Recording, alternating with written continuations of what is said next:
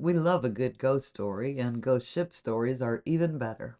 The fate of the SS Baychimo is still a mystery more than 90 years after she was abandoned by her crew. Known as the ghost ship of the Arctic, could she still be sailing on the Beaufort Sea? Let's dig into this.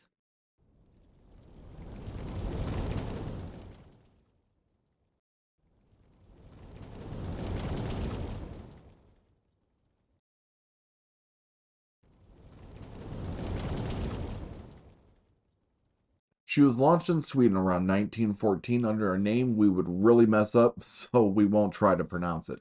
She was a German owned, 230-foot long steam powered cargo ship that made runs along the Hamburg, Germany to Sweden trading routes in World War One.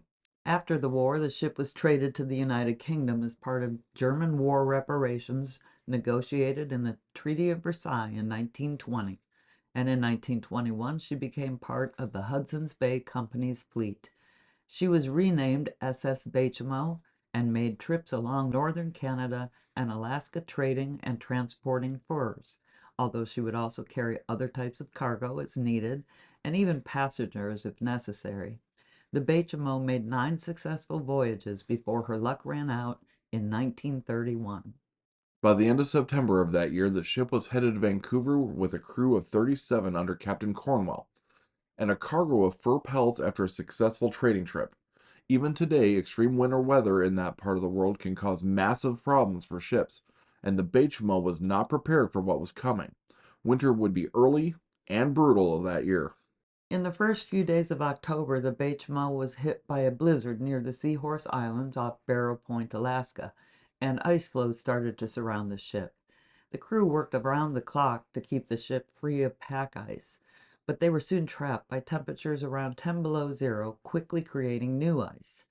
Knowing how dangerous the situation they were in, Captain Cornwell ordered the crew to leave the ship and head toward the town of Barrow on foot. They had to make their way through the storm and moving ice floes for over half a mile, but they made it. After sheltering in Barrow for 2 days, the storm broke enough to make the trip back to the Baychimo. She had broken free of the ice and was drifting slowly and peacefully. The captain and crew decided to make camp where they could keep an eye on her until she could be sailed to safety. But the weather continued to get worse, and by October 8th, the Baychimo was again trapped in the ice. By October 15th, the weather was so bad that the Hudson Bay Company sent a plane on a rescue mission to evacuate the crew. 22 were rescued, but Captain Cornwell and 14 others refused to leave. They were given supplies by the company and took what they needed from the ship to build a wood shelter to ride out the harsh winter storms that relentlessly battered the area. They were prepared to wait until spring if necessary. On November 24th of 1931, another violent blizzard hit. When it was over, the SS Baychimo was nowhere to be found. The captain thought the ship had broken up in the storm and sunk. But a few days later, a seal hunter told them they had seen the Baychimo around 50 miles away. The captain and crew made their way to the ship and, after an inspection, decided she had bounced so violently around the Beaufort Sea she would never make it through the winter. So they took most of the valuable cargo and officially abandoned the ship. Baychimo's remaining crew were flown to Vancouver in March of 1932, more than 4 months after being stranded. They were so certain their ship had sunk that they filed the formal paperwork declaring her a total loss. And that's where you would think the story ends. And then the Baychimo started a decades long game of hide and seek. Just after the crew left for Vancouver, she was spotted over 250 miles east of where she had been left. A year later, she was seen by a man and his dog sled team floating peacefully along. She would be boarded later that month by a group of indigenous Alaskans who became trapped on board for 10 days by another unexpected violent storm. Baychimo seemed to attract bad weather. In the summer of 1933, the crew from a ship boarded her and watched as locals scavenged items including mattresses, furniture, dish soap, tarps, and a bucket of pickles from on board. The next day, the Baychimo disappeared again. She wasn't gone for long. She was seen off Alaska's northwest coast on September of 1935, but not boarded. In November of 1939, she was boarded by a crew trying to salvage her. The winter ice floes quickly moved in, and she had to be abandoned once again. That was the last recorded boarding of the Baychimo, but amazingly, not the last sighting. She was seen many times over the years, but always managed to disappear before she could be boarded.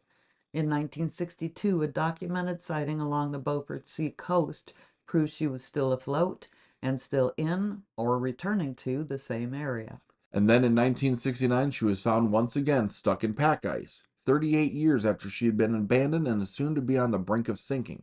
It is the last recorded sighting of the SS Baychimo. In 2006, the government of Alaska launched a project to find the SS Baychimo and an estimated 4,000 other ships lost off the coast of Alaska.